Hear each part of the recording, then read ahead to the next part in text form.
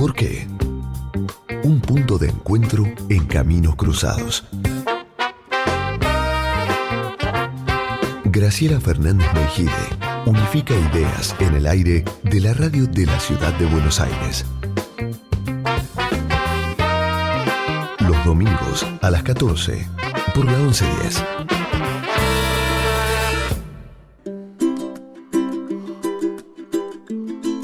Bueno, seguimos con Vicente Palermo y Ricardo Mazzorín. Y la última... En un momento, vos, Ricardo, dijiste, el fondo va a exigir quitas a los privados. ¿Quiénes son esos privados con los cuales el Estado tiene deuda? Los privados son los fondos de inversión. Morgan Stanley. Los fondos de inversión son grandes organizaciones que colocan sus recursos, que son recursos de otra gente, que invierten en el fondo, claro, en los mercados internacionales. Estos fondos de inversión son los que hacen el mercado. Claro. Son los que, y con los que ha estado hablando la gente del círculo más íntimo del presidente electo, Alberto Fernández, en sus viajes a Wall Street. Bueno, es hablar con ellos, claro, a ver qué es lo que piensan, qué dicen, qué pasó. Y yo hablo de la deuda privada extranjera con los fondos porque es la que interesa, digo, para... Cuando uno mira el total de la deuda bruta, bueno, en esa deuda hay bonos en dólares colocados en el ANSES, eso no pasa nada, es intrasector público. Lo que les interesa son los bonos que tienen los bonitas que reciben en el exterior. Claro. Cuando se hablaba de los jubilados italianos. Entonces, eso cuando uno lo mira como se mide normalmente en términos del producto, no coloca al país en una situación de insolvencia, como se dice. 60 puntos del producto no son una situación de insolvencia. ¿Por qué? Porque normalmente los países refinancian los vencimientos de deuda de capital, pagan los intereses, que es lo que le interesa por otro lado al inversor, y refinancian el capital. De manera tal que nosotros no podemos decir que el país es insolvente en esos términos. Ahora el problema tiene un problema de liquidez, no tiene los dólares para pagar. ¿Por qué? Porque se nos cortó el acceso a los mercados. Entonces, ¿por qué uno insiste en que este problema lo tiene que resolver? Porque la Argentina tiene un viejo problema que es que no genera dólares suficientes. Vamos a ponerlo, todo el mundo dice que los dólares fugaron. No, la Argentina no genera dólares. ¿Por qué? Porque tiene una economía donde el único sector generador de dólares es el primario, el sector más dinámico, más moderno de la economía, y el sector que da empleo, que es el sector industrial, el sector urbano, es demandante neto de divisas. Claro.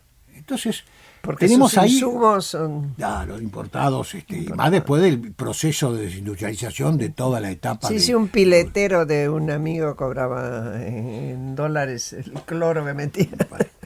Entonces, este es un problema. Si uno tiene un déficit de balanza comercial, que ha ocurrido, por ejemplo, durante el ciclo del gobierno anterior, teníamos un déficit energético que nos llevaba a tener un déficit de la balanza comercial, lo tiene que financiar. Y se financia con dólares eso, es la manera de financiarlo. Y ahí se recurre al financiamiento externo. O sea, cuando los déficits de la cuenta corriente son pequeños, 2 puntos y medio del producto, no hay problema, los países logran financiar eso colocando deuda. Pero es un problema. Y el problema, y no voy a extenderme mucho, es que para resolver en el más largo plazo este problema, además de renegociar la deuda, requiere que la Argentina tenga por un tiempo largo y sostenible un tipo de cambio real que sea alto, que haga competitiva a la economía argentina. Lo cual significa que habría que anclar en términos reales un tipo de cambio muy alto. Sí, estaban hablando de 80... Bueno, es el nominal, pero el real. Entonces, esto tiene consecuencias. Por eso yo cuando me hablan del pacto y todo eso digo, el tema central de esta economía, que tenemos un conflicto que no hemos podido resolver. ¿Qué hacemos con los salarios del otro lado? Con la remuneración de los jubilados. ¿Qué hacemos con eso? ¿No? Y cuando Alberto Fernández decía, queremos un tipo de cambio alto, están pensando en eso, está muy bien. Ahora, eso hay que sostenerlo si queremos evitar crisis recurrentes de balance y pago. porque la tentación de todos los gobiernos que reparan las injusticias sociales es, cuando llegan las elecciones, atrasar el tipo de cambio. Claro. Sí. O agarrar la maquinita y imprimir. Las dos cosas van juntas. Sí. Inclusive el gobierno que acaba de perder las elecciones lo hizo. En el 2017 atrasó el tipo de cambio. Después lo pagamos esto, pero lo atrasó. Y este es uno de los nudos, no digo que sea el único, pero es un nudo que nos ha atravesado hasta ahora, muy conflictivo y muy difícil de resolver, por lo menos para Argentina. Una manera de resolverlo, lo que lo hizo Menem. Menem atrasó formidablemente el tipo de cambio con la convertibilidad, pero tomó deuda a raudales. Bueno, y después le quedó como mochila de plomo a lo que venía. Exactamente, nosotros le damos la deuda. Sí. Entonces, me parece que este es un tema complejo en la agenda. Es muy difícil de resolverlo en una mesa de negociación con sindicatos, está todo muy bien, pero comprometer al gobierno a que sostenga un tipo de cambio real, que sea alto, sostenible en el tiempo, es una tarea ciclópea. Ahora, Tito, hasta muy amigos nuestros y demás están escribiendo en estos días, siguen hablando de los acuerdos, ¿no? Y bueno, lo que está diciendo Ricardo es, ojito, nadie piense que es tan sencillo con semejantes intereses encontrados y además con semejantes posiciones donde incluso adentro mismo de la fuerza que gobierna está esta tensión, firmar acuerdos. ¿Qué opinás vos de esto? No, yo opino, digamos, como no economista, digamos, claro, pero coincido con Ricardo, del cual aprendo siempre. Me parece que hoy día hacer buena macroeconomía en la Argentina es medio imposible, digamos. No sé si Ricardo suscribiría una afirmación tan tajante, ¿no? Pero lo que creo es que probablemente Fernández no tenga ilusiones respecto a lo que es el pacto. A mí, digamos, eso casi apostaría. ¿O pensás que es realista? Yo creo que él digamos, está arrojando fuegos artificiales con el asunto del pacto. Yo no creo que él llegue con la ilusión, ¿no? Digamos, en una de esas sí, dentro de 6 meses o un año podemos decir, y bueno, sí, así como Alfonsín tuvo su ilusión, y Macri la suya, y Menem la suya, y bueno, la ilusión de Fernández es la del pacto. Fue la del pacto y así le fue. A mí probablemente no lo creo. Yo creo que Fernández, por las características incluso de trayectoria que él tiene, de no ser un líder político, no ser un hombre de la política, sino más bien un hombre de la mediación, de la gestión, es un tipo sin ilusiones. Para mí es un tipo sin convicciones también, me atrevo a decir, ¿no? Pero creo que es un político sumamente hábil. Un político sumamente hábil que hoy día le toca jugar para uno, es decir, como un crack de fútbol que va de un equipo u otro según el contrato que le ofrecen. En ese sentido, lo digo descarnadamente, pero me parece que, digamos, yo me inclino a suponer que no tiene ilusiones y que está tratando de ganar tiempo, digamos, con el asunto del pacto. Yo quiero creer que, digamos, hay algún grupo que está pensando cómo salir en serio de esto, que no sé cómo, pero que Fernández le debe estar diciendo, bueno, mire, ganemos unos meses con el pacto, pero lo del pacto sí, bueno, y lo vamos maquillando, lo vamos transformando, pero tenemos que hacer algo, porque esto no. Yo me acuerdo, eso, ahora me parece lo puedo contar rápidamente, pero que Alfonsín, cuando asumió a Ángelos, lo agarró del codo a Zurruil, ¿no? Lo puedo contar porque es público, sí, porque Zurruil lo cuenta en una entrevista. Lo agarró y le dijo, vamos a hablar con Ángelos. ¿Y para qué? No, vos vení, vamos a hablar con Ángelos, no, perdón. Con De la Rúa. Ah, vamos a hablar con vamos a hablar con De la Rúa. Y entonces lo llevó y le dijo, bueno, decirle lo que vos pensás. De lo que pienso, decirle lo que vos pensás de la convertibilidad. Mire, hay que salir. Ahora, por favor, haga un equipo en el 7º subsuelo, Claro. los encierra con el más absoluto hermetismo, porque Y no nadie salen- se puede enterar, y no salen hasta que no tengan resuelto qué Pan y tenemos agua que hacer y- para resolver el problema. Y No lo hizo. Fernando de la Rúa no le hizo caso. Pero a mí me parece que la cosa debe ser más o menos así. Si no, yo no soy economista, no se me ocurre, no sé si a Ricardo sí, pero me parece que bueno, mientras ganamos tiempo con el pacto, piensen algo para salir, porque esto, si no, no.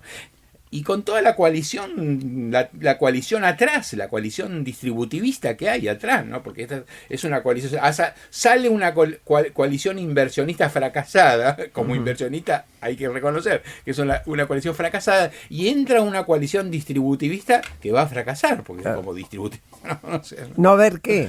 Esto No es hay- lo que vos no, decís, no hay cómo, no hay. No, no hay- aunque tuvieran ganas. Algunos, bueno, puestos sí van a distribuir a rolete, pues. No, bueno, está bien, está bien. No Vamos- hablaba de eso. No, ya sé. Vamos a pensar en escenarios de esta coalición que acaba de ganar el Frente de Todos. ¿Qué se imaginan que puede llegar a ser la estrategia de Cristina Fernández de Kirchner frente a la posibilidad de Alberto de buscar acumular poder para ser él el que manda finalmente? ¿Qué se puede esperar del otro lado? Yo creo que ella también, sí, si me permiten, enfrenta dilemas. Digo, no puede de entrada hackear, y amenazar a Alberto Fernández porque se va todo al diablo. Es decir, el tema acá es que Alberto Fernández tendría que aprovechar el tiempo ese para formular una estrategia que le permita salir con algún grado Digamos de que éxito. los 100 días tendría que aprovecharlo Porque si no, respecto a Cristina. Sí, digo, uno supone que todos estos son agentes racionales, y entonces dice, no, ¿cómo vas a...? Porque yo insisto, acá no existe Remelenikov, que hizo toda la tarea. Sucia. Después vino Labaña y después siguió No, acá es Alberto Fernández con lo que ponga, a él le toca. Entonces yo creo que ambos tienen dilemas. Cristina, la vicepresidenta, el dilema es démosle tiempo para que nos saque de esta situación, y el dilema de Alberto Fernández es, bueno, aprovechar este tiempo para formular una estrategia exitosa. El problema que yo veo, o por lo menos lo que uno percibe, es que Fernández todavía no tiene claro, yo creo eso, no tiene claro dónde está parado. No tiene a nadie. Esto yo recuerdo, a veces las analogías históricas no se pueden aplicar, pero sirven para pensar. Antes del Plan Austral, había un ministro de Economía que viajaba al fondo, se peleaba con el fondo, no quería, tenía una visión estructuralista, muy cepalina de la década de los 60, y la inflación aceleraba, A todo que da. corría. Bueno, hubo alguien que dijo, un poco lo que decía acá Vicente, armen un equipo que empiece a pensar cómo se sale de esto. Esa persona era un hombre cercano a Alfonsín y le propuso el candidato, era Juan Zurruil, que estaba en una secretaría de planificación. Bueno, que escribían papers, cómo iba a ser el futuro. Mientras tanto, la economía aceleraba la inflación y los problemas se hacían cada vez más complejos. La idea, ¿cuál era? Bueno, tenemos que formular un programa, para lo cual necesitamos un equipo que formule un programa y que dé cuenta de la situación actual. Esto no tiene nada que ver lo que estamos viviendo con lo que era la década de los 60. Esta era la idea. La década de los 60 Se acabó. se acabó. Este es otro mundo, otro mundo que significa, se acabó Bretton Woods, comenzó la globalización, la primera globalización de la década del 70, estamos en otro lugar. Bueno, creo que esto es lo que me parece que no acaba de entender, por lo menos lo que uno presume, Fernández, por lo que él dice. Este no es el ciclo, cuando él dice con Néstor Kirchner nosotros, este no es el ciclo de Néstor Kirchner. Tampoco el de Un Alfonsín. boom de los commodities que abarcó a todos, porque le sirvió a Chile con el cobre, a Venezuela y Ecuador con el petróleo, a nosotros con la soja, a todos. Que dio lugar a este largo ciclo, que reprimarizó muchas economías, las hizo más extractivistas.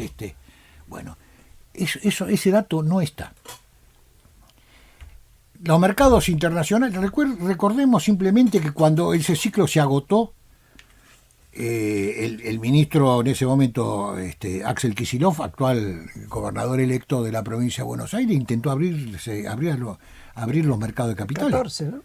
2014. Claro, que devaluaron, arreglaron con Repsol y YPF, le pagaron a Repsol y YPF lo que no se le iba a pagar nunca. Club de París, intentaron arreglar con los bonistas. ¿Cuál es la idea? Y ya no tenemos más dólares, las reservas si se estaban agotando, pagaban con reservas la deuda, hay que conseguir financiamiento externo. Bueno, en este momento no tenemos ni un boom de los precios de los commodities ni financiamiento externo. Esta es la realidad que tiene el gobierno. Entonces esta idea, vamos a ponerle plata a la gente en los bolsillos. La idea, con el consumo salimos y el mercado interno.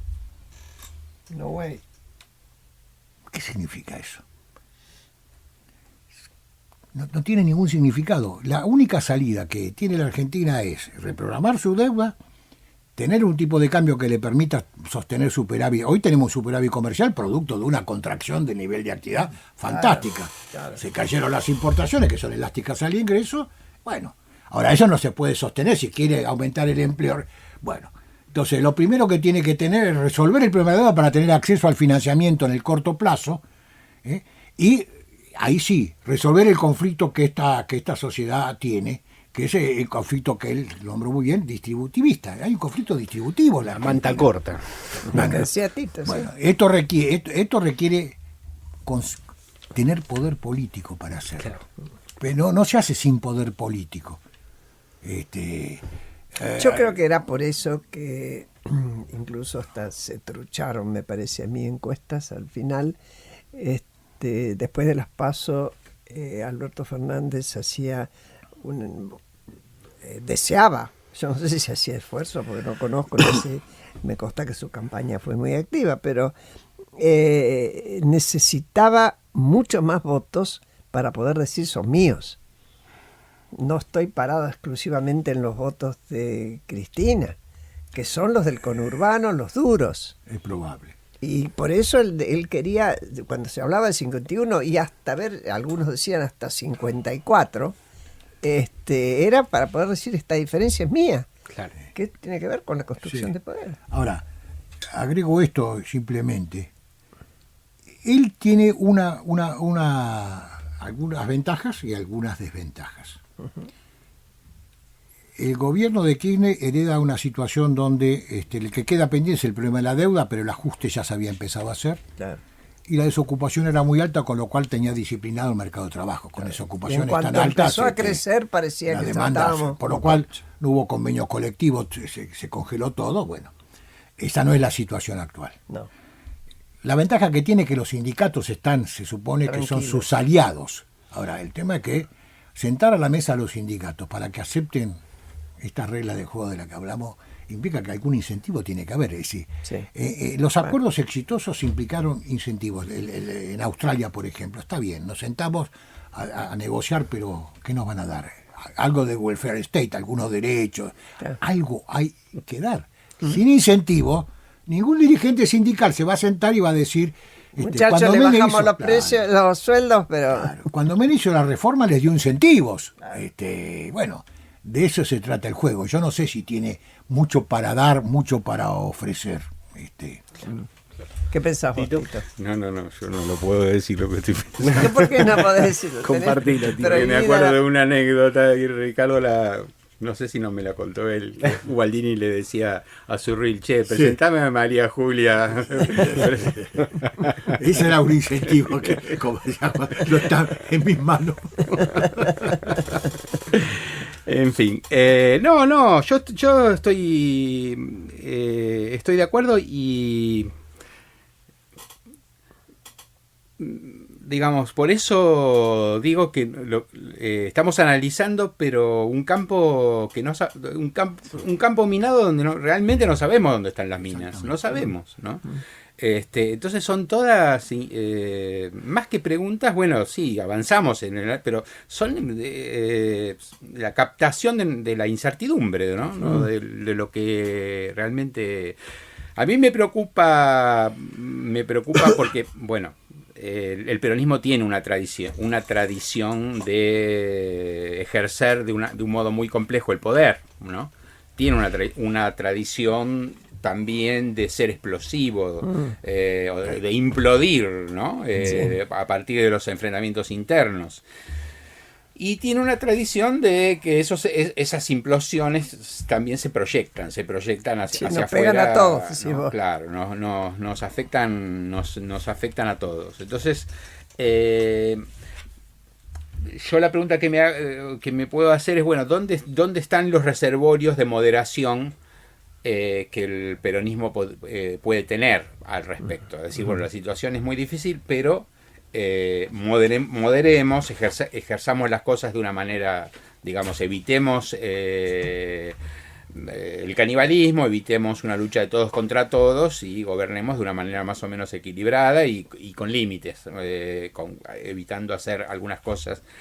La verdad es que no sé, porque bueno, inclusive por el hecho, por ejemplo, un tipo como Pichetto ahora ya no forma parte, ¿no? No, pero por ejemplo yo estaba pensando, personas que como Schiaretti, por ejemplo, o Perotti, que además tienen responsabilidad de gobernar sus provincias y son provincias de lo que se llama el centro amarillo. Está bien eso.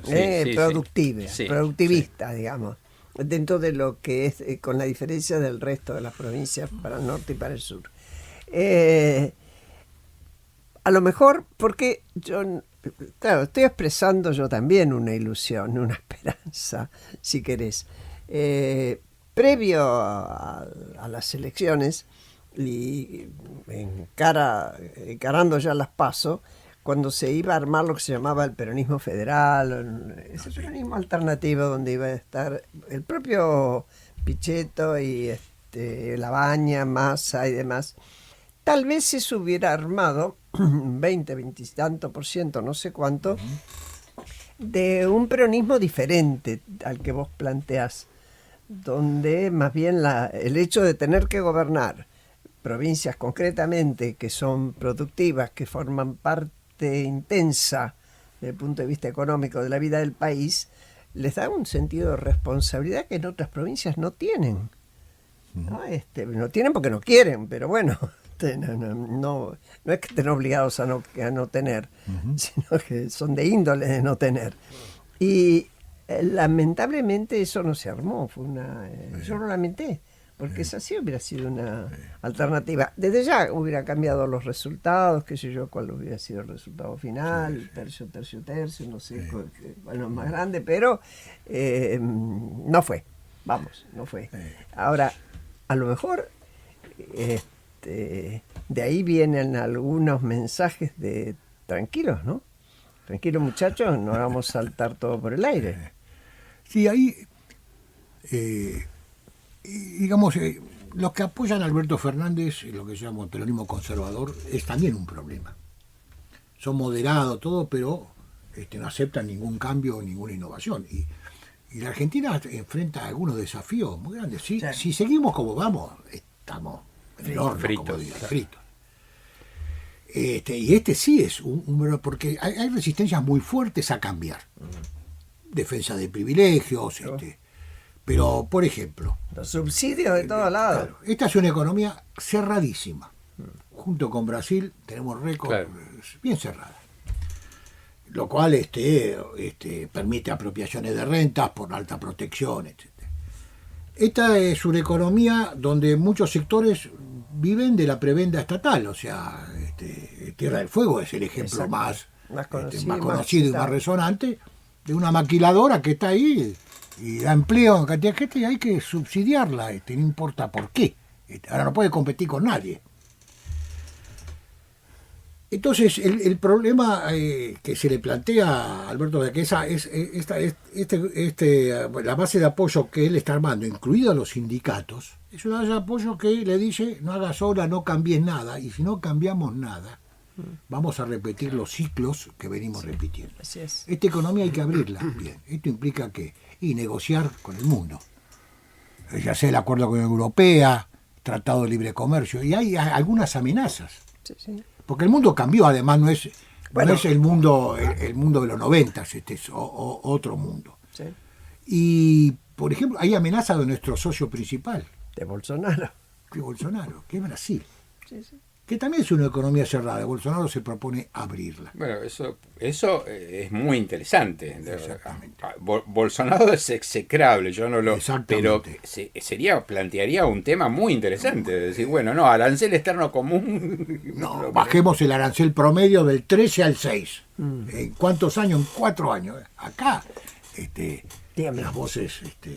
¿no? Entonces me parece que esta coalición conservadora que lo sostiene a él, o por lo menos sobre la que él empieza a construir poder, también plantea problemas. Es un obstáculo para el cambio.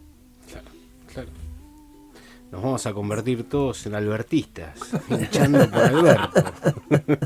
Tito Bueno. me mira. Tenemos que dejar acá. Bueno, Muchas gracias, muchas gracias. No voy a decir que voy a salir saltando en una pata, primero porque no puedo, una cuestión física, segundo que no da el tema, por eso tan contento.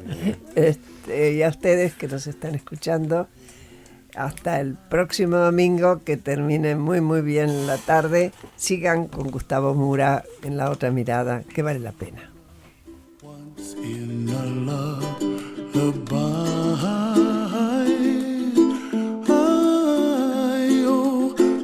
somewhere over the rainbow, bluebirds fly,